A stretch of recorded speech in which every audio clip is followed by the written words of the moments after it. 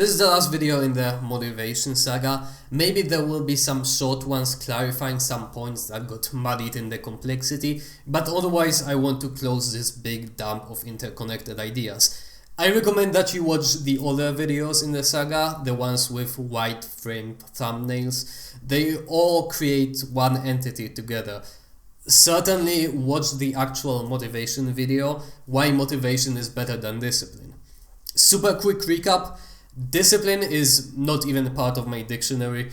Discipline is only on paper. Ultimately, what you choose to do in the moment is what you want to do, unless stopped by external factors. Motive is the reason for doing something. You have motives to study, to become a more educated person, and you have motives to play video games, to have fun. What you choose is down to whichever motives are more compelling to you at the moment. Which of the two are you more motivated to do? Motivation is also not excitement or enthusiasm. Actually, in my view, motivation also is only on paper, but it's easier to use that word than not. To me, using motivation comes down to focusing on and strengthening the motives that lead you to achieving your strategic goal and cutting out the rest. If you decide that you want to have a PhD, when you study, you can focus on why studying is great, even if video games are also great. Of course, there are some motivations that are so deeply ingrained in us that we don't even have to think about it. There are some samurais among us who wouldn't think to disrespect their code even in the most dire of circumstances, for better or for worse.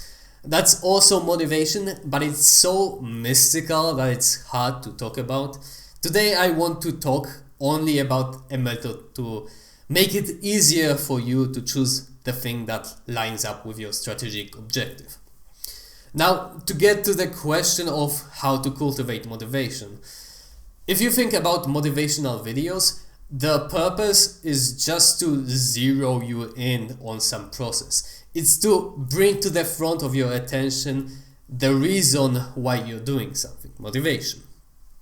All the good things that come from you doing this thing.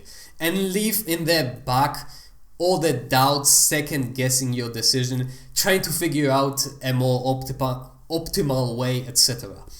Basically, you just commit fully to doing this something, at least for the next couple of hours or so, and apply yourself fully. You allow yourself to not think about the bigger picture, how what you're doing now fits into the bigger picture, the overall strategy, etc. So the purpose of motivational videos is not for you to get hyped up, which is usually what they are, but rather to help you remind yourself of the reason you're doing something. For certain activities, I like to listen to music that is specific to what I'm doing, even though I typically find music distracting. For example, if I'm drawing something in CAD, I will put on some futuristic music because it reminds me that technology is pretty cool. I know that a lot of sci-fi is dystopian, but technology can undoubtedly make a very positive impact. Some motivational videos can be good for cultivating motivation, but it's typically not those that get you really hyped up. It's typically something very specific and obvious, really. Something that just puts you on the right trajectory. If you're studying math, you're probably already watching 3 Blue 1 Brown because his videos are fun. But they also remind you that there's more to math than just solving harder and harder integral problems, and that will come in its time. One problem with watching motivational videos, aside from many of them just being stupid, is that you experience the emotion. For example, heck yeah, I want to be the best Pokemon trainer in the world. And then you've gotten your dopamine hit and it doesn't actually make you want to train Pokemon. it just makes you daydream about the idea of being a Pokemon trainer. Or often you take caffeine to get excited about something, but you just end up being excited about being excited. Keep in mind, there really isn't such a thing as being psyched up to read a textbook. There's being psyched up, and then there's not being psyched up. And too much arousal typically makes it harder to sit down and focus on reading. You also can't get excited to lose weight. Weight loss is something that basically happens by itself. It's not doing something, it's not doing something, namely eating. If you get hyped up, you're gonna wanna eat big to train big. Similarly, you might get nervous about a job interview, but that nervousness only makes you want to pack your things and leave or something. Doesn't make you spend time preparing better. Now, that being said, you can still use that special state of being excited to do what you're supposed to be doing by making a connection in your mind between that and what you ultimately want, your end goal, what makes you so excited. Think about when you're really excited to make something fancy to eat, or you come up with an idea for a really funny meme. So making something to eat or making a meme is more immediate to actually achieving that goal. It's pretty easy and doesn't take a lot of time, but still you're excited also by the making of the food or the making of that meme, because you know that it leads directly to the outcome. The same is true for long-term goals. It's just that the excitement dies somewhere along the way between the result and the menial work you're doing right now. For example, when you're in the lab doing some less than interesting work, this is what finding the cure for cancer is like. This is the next step in the process. You're doing it right now. You're looking for the cure for cancer. So there really aren't any mind games. It's all real. It's just a matter of what you focus on. This is kind of romanticizing your life, but I will get to that later. Cleaning up the lab is also part of finding the cure for cancer. You don't have to do it. It's just what brings you closer to finding that cure. Think about it like if you were a CEO. You've made a decision that in your current situation, it's better to use someone else's lab and clean it up later, rather than invest in creating your own lab and having cleaners. Because you can do that other thing. You can buy a space and the equipment and hire cleaners. You just have to make enough money first, which is also an option. Similarly, if you take caffeine, you're excited, but you can still choose what you direct that excitement at. So it would be cool to hit some deadlifts. That would be the best use of this excitement. But working on something kinda boring also makes use of some of that excitement. There's going to be some excitement boiling in you, but what else? You still have an outlet for it, even if it's not the greatest. With nervousness, it's a little more complicated, but it's almost easier in a way. You're basically trying to avoid the negative outcome.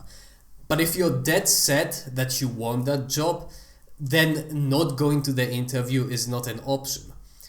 And you can't just stop being nervous. So the only way to avoid the negative outcome is to do your best right now to prepare. So nervousness puts you in this funnel that blocks out everything else and only allows you to move forward or pull back. And you just fully commit to not pulling back.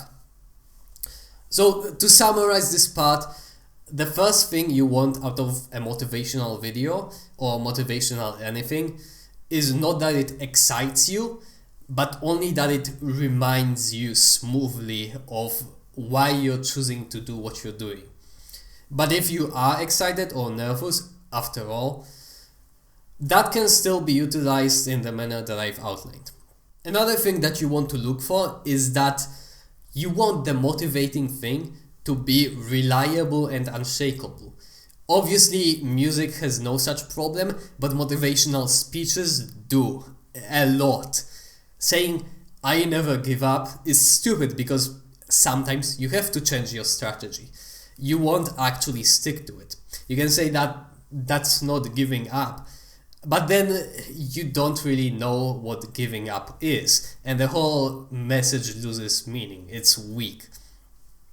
Further, if you repeat to yourself, you never let fear get in your way, that may be too big of a task. If you truly believe that that is the right thing to do, then okay, but a valid reason hypothesis. Sometimes you're scared of something because it's just not the right thing to do.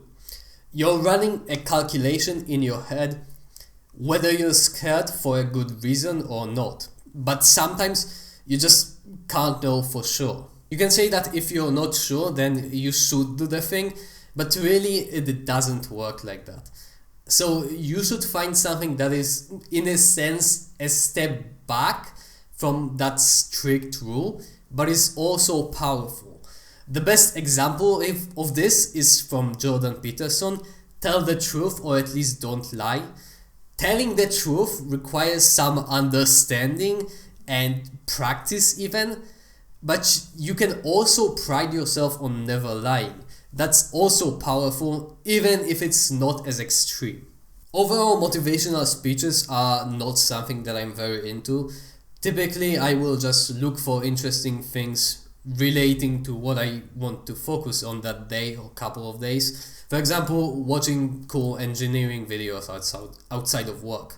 Real Engineering is a great channel. Now, to come back to the idea of romanticizing your life, there was a video by a certain well-respected YouTuber about the negative sides of romanticizing your life. It was a well-done video, but she basically just talked about Instagram Eurocentrism, people trying to emulate people who are successful, even if what they're doing will not help them in their current situation. She gave an example of how you wouldn't want an Amazon worker stopping to appreciate the sunset, and like, dude, that's not romanticizing your life. That's not your life. You don't have this break. Romanticizing your life in this example would be, for example, reminding yourself of why you need this money, or at least what would happen if you left this job which you yourself chose to take instead of starving, or that you have some control over your life, or maybe you believe that you can get mentally stronger by doing hard things. Look, I cannot speak for the poor. If you don't believe in this, I'm not going to say it's objectively better, but it's a pretty neat idea and it's not to be disregarded. Now, to be fair, that's a pretty common mistake when trying to romanticize your life, that you just do something that isn't your life.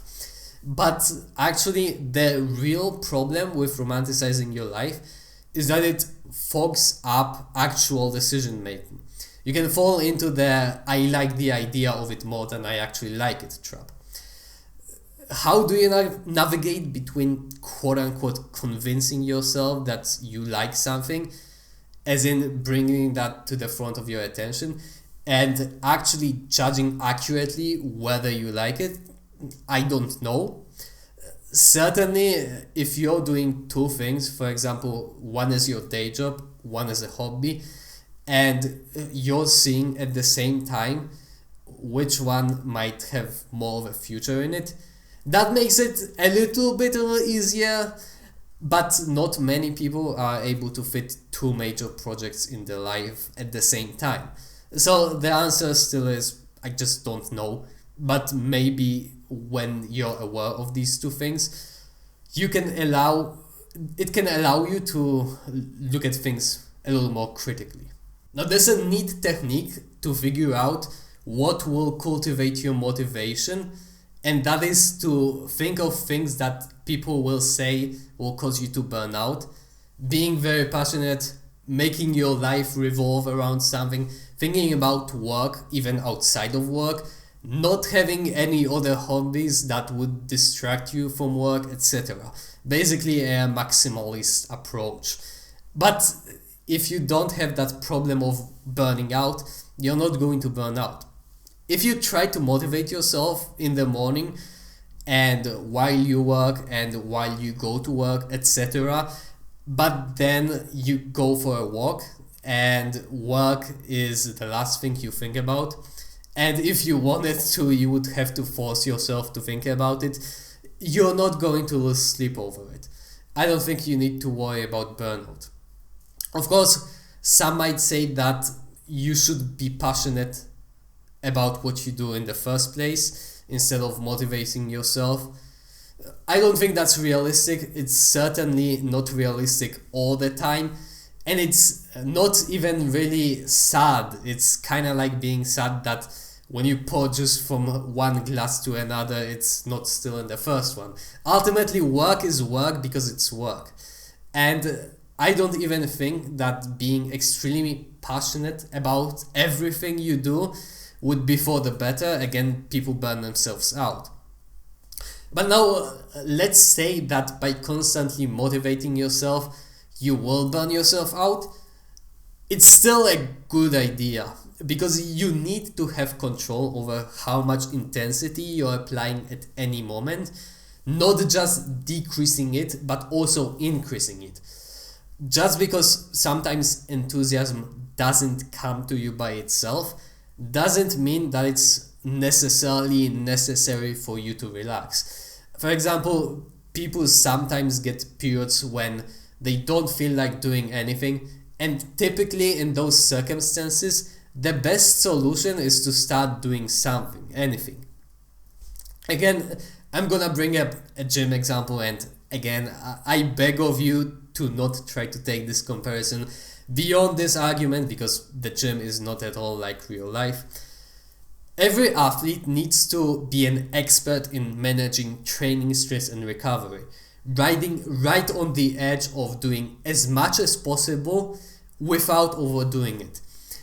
And yet, when an athlete goes into training under-recovered, he or she still needs to either push themselves harder than they'd like, and it's enough to just pull out the last set of an exercise, but the ones that stay still need to be done and maybe very difficult psychologically.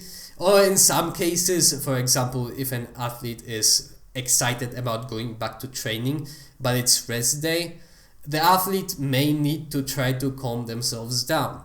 So in real life with work, you need to work as much as possible to get done as much of what you want to get done, while also not getting yourself completely burnt out. This is an extremely oversimplified model, but let's go with it for now. And that line between over and underworking is not determined by your current mood. And this should be plain to see when just watching a cool video is enough to change your mood and get you hyped up to start working again. In fact, a good indicator that you are indeed overworked is that you cannot get yourself excited to do work even if you try. The great thing about this strategy of trying to keep this motivational fire going is that it makes it pretty explicit what your priorities are, because once you start motivating yourself, the actions that result from this motivation kinda get taken care of themselves.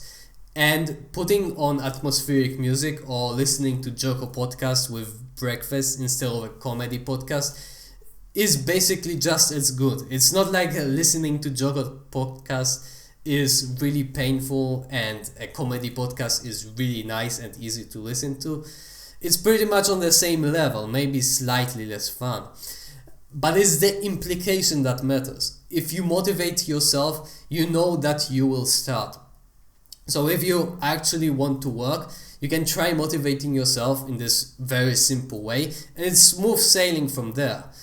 Work will be decently satisfying also, so it's not like you want to work but it's just so hard. And if you don't want to motivate yourself to work, for example, you're putting on a comedy podcast while working and focusing on work only 30%, you basically know that you actually don't want to work. So your job sucks, or you've gotten yourself into something you actually don't want to do, or as I keep saying, you're doing something wrong. You're clicking on Excel cells instead of doing the real needle movers, and almost always there is a better way of doing something. So when you're eating lunch and need to decide whether to put on something entertaining or something motivating, which is also somewhat entertaining to listen to, that is an explicit moment of choice. You're not really sacrificing anything in the moment, you're just choosing to not motivate yourself to work. And that first can help you realize that you could be motivating yourself right now, and second, if you don't want to motivate yourself, maybe you've gotten yourself into something you don't want to do. If you're watching a lecture about methane hydrate and that doesn't make you want to study geology and energy physics more, then maybe the lecture is boring, but maybe you just don't care about geology after all. And keep in mind, studying by its nature is boring. Like I said, work is work because it's work. Hard things are hard. But maybe there are other possibilities for you. Maybe some niche within geology or energy physics that you can pursue. You can work in the space industry not as an engineer but as an accountant or HR person, and it might be helpful to have a degree in some kind of engineering. Now, if you wanted to be a rocket engineer and you end up cleaning floors at a rocket engineering company, that may not sound very compelling, but what I'm saying is that there are possibilities. And probably most of the richest people on the planet have X-type competency, as in competent across many fields, just to the level that is useful. Like, obviously and coincidentally, Elon Musk. And the sooner you realize that you need to stop pursuing something deeper, the better you're going to create that X-type competency, i.e., find things to learn that together can make up a coherent whole, even if they're from completely different fields. Of course, before it becomes a simple choice of whether you want to listen to a motivating podcast or a relaxing podcast, or read a motivating book or a relaxing book, you first need to spend time building up a repertoire of content that relates to your goal. For example, you can set up a YouTube account where you look for those kinds of videos and hope that the algorithm will pick it up. But once you start, you're probably going to find that this repertoire grows faster the more you consume. Every book leads to 5 others, so at some point it really just becomes a simple case of deciding whether to keep going or stop and relax or change trajectory. Okay, that's all for the video. Don't think that this is a comprehensive guide on building motivation. Ultimately, the things that determine your motivation the most are choosing the right goals and putting yourself in the right circumstances. Working with like-minded people towards the same goal, being in the place that supports your goals, etc. But this is just one simple technique that you can use every day without having to make drastic changes to your life.